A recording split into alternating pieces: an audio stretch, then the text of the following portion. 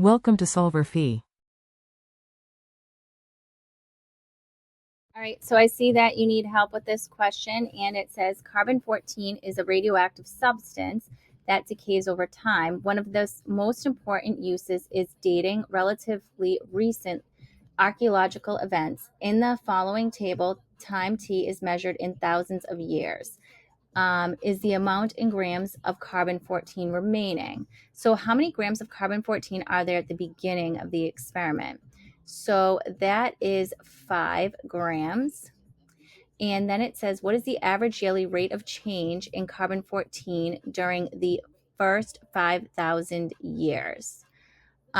So that is going 5 minus 2.73.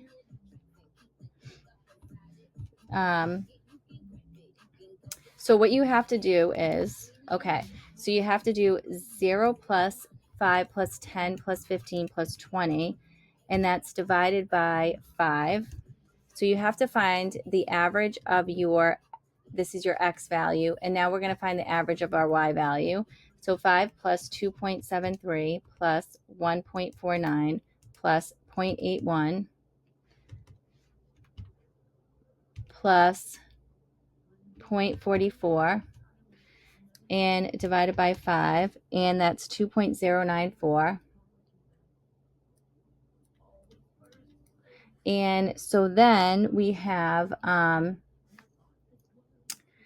we're going to take the difference between our x value and the mean of x. So then x minus the mean of x, and that is going to be 10, 5, 0, 5, and 10.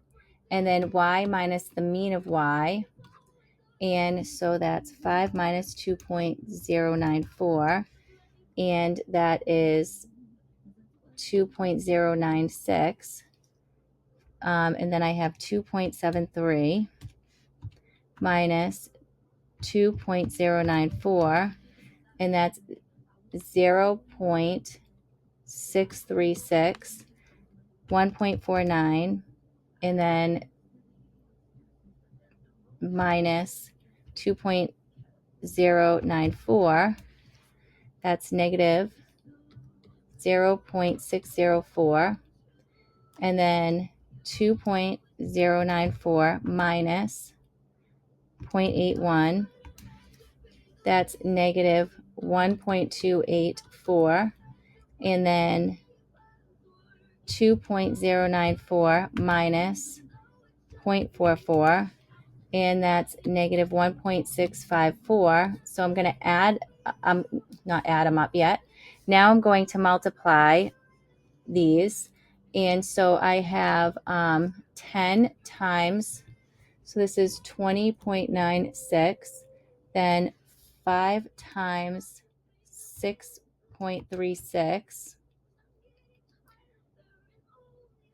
I'm sorry, 5 times 0.636, and that's 3.18, and then I have 0, and then 5 times negative 1.284, and that is negative 6.42, and then 10, so this is negative 16.54, and so this is x minus the mean of x times y minus the mean of y, and that I'm going to total this up, so 20.96 plus 20.96 plus 3.18 plus negative 6.42 plus negative 16.54, and that is actually, no, wait a minute.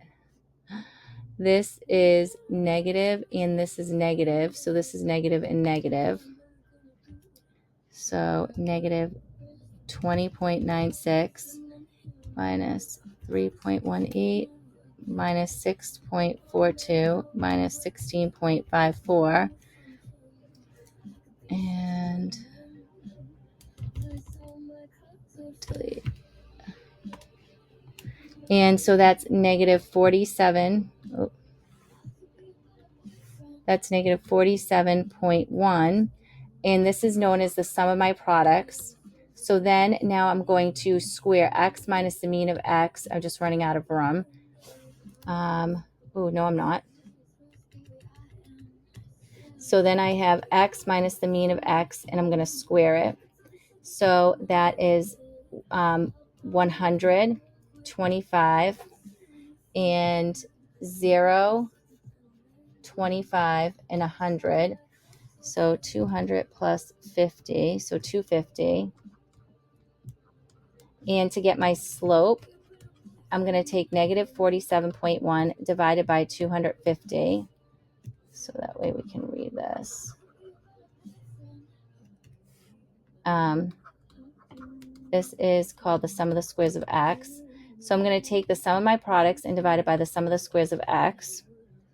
So negative 47.1 divided by 250. And that equals negative 0.1884. And so I'm going to go with the closest one of negative 1.2. So I hope that I hope that this video helps. This is a middle school math teacher signing out.